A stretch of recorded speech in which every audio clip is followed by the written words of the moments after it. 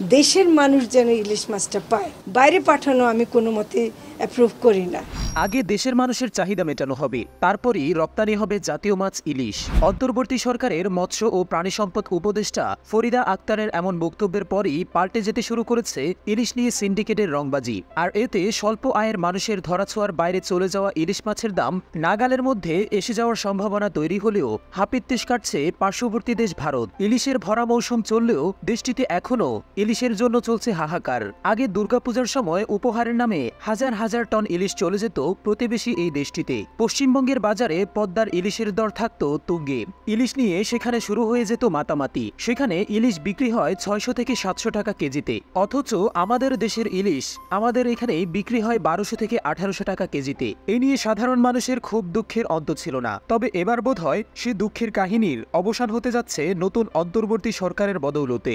ভারতের সংবাদ মাধ্যম এনডিটিভি বলছে, বাংলাদেশ থেকে আমদানি হওয়া ইলিশের সিংহভাগই পেয়ে থাকে পশ্চিমবঙ্গ।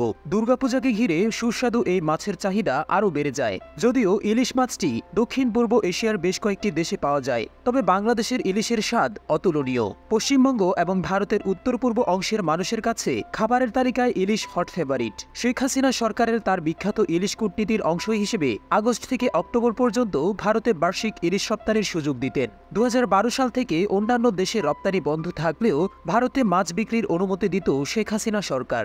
এনডিটিভির রিপোর্ট বলছে, পশ্চিমবঙ্গের পর ইলিশ সরবরাহের এই সংকট সবচেয়ে বেশি সমস্যার মুখে পড়েছে ত্রিপুরা। ভারতের উত্তর পূর্বাঞ্চলেও এই রাজ্যটির পদ্মার ইলিশের অন্যতম প্রধান ক্রেতা এবং সেখানে সুস্বাদু এই খাবারের সরবরাহ বন্ধ হয়ে গেছে। একই চিত্র ভারতের অন্যান্য রাজ্যেও।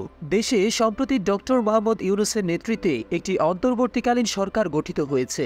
সরকার এবং বৈষম্য বিরোধী ছাত্র আন্দোলনের শিক্ষার্থীরা এখনও রাজপথে। তারা দেশের মানুষকে আগে ইলিশ দিতে চান, সেজন্য আগেই ভারতে ইলিশ রপ্তানি বন্ধ রাখা হয়েছে। সরকারের এই অভিপ্রায় বাংলাদেশের জনগণের জন্য কল্যাণকর বলেই মনে করছেন নাগরিকেরা। কারণ এতদিন ইলিশের স্বাদ এদেশের সাধারণ মানুষের কাছে ছিল বিস্বাদ। কারণ ইলিশ যেমন দুষ্প্রাপ্য তেমনি দুর্মূল্য।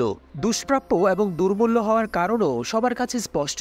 মাত্রাতিরিক্ত রপ্তানি হয় ভারতের পশ্চিমবঙ্গে। ওখানকার মানুষ ইলিশ কিনে আমাদের চেয়ে কম দামে। কলকাতার জনপ্রিয় মাছের বাজারগুলো চলতি বর্ষায় বেস্ট সেলার পদ্মা নদীর ইলিশে সংকটে পড়েছে। সরবরাহ কমে যাওয়ায় ব্যবসায়ীরা দিচ্ছেন দাম বাড়িয়ে। কেবল ইলিশই নয়, বাংলাদেশ থেকে যাওয়া অন্যান্য মাছের দরও তরতরিয়ে বাড়ছে ভারতের বাজারে। বিগত কয়েক বছর ধরে এই মৌসুমেও বাংলাদেশ থেকে ভারতে ইলিশ উপহার যাওয়াটা ছিল অনেকটাই নিশ্চিত। তবে রাজনৈতিক পট পরিবর্তনের পর পরিবর্তিত পরিস্থিতিতে অবস্থার বদল হয়েছে। অন্য বছরগুলোতে ইলিশের মৌসুমে কলকাতার বাজার পদ্মার ইলিশে ভরপুর থাকলেও এবারের চিত্র ভিন্ন। এবার সেখানে ইলিশের দেখা পাওয়া দুষ্কর হয়েছে। পশ্চিমবঙ্গে লাফিয়ে লাফিয়ে বাড়ছে ইলিশের দাম। গত 13ই আগস্ট ভারতীয় গণমাধ্যম এনডিটিভি এক প্রতিবেদনে এ তথ্য উল্লেখ করেছে। সেখানে 1 কেজি ইলিশ 1800 রুপিতে বিক্রি হচ্ছে, যা আবার যাচ্ছে অবৈধ পথে।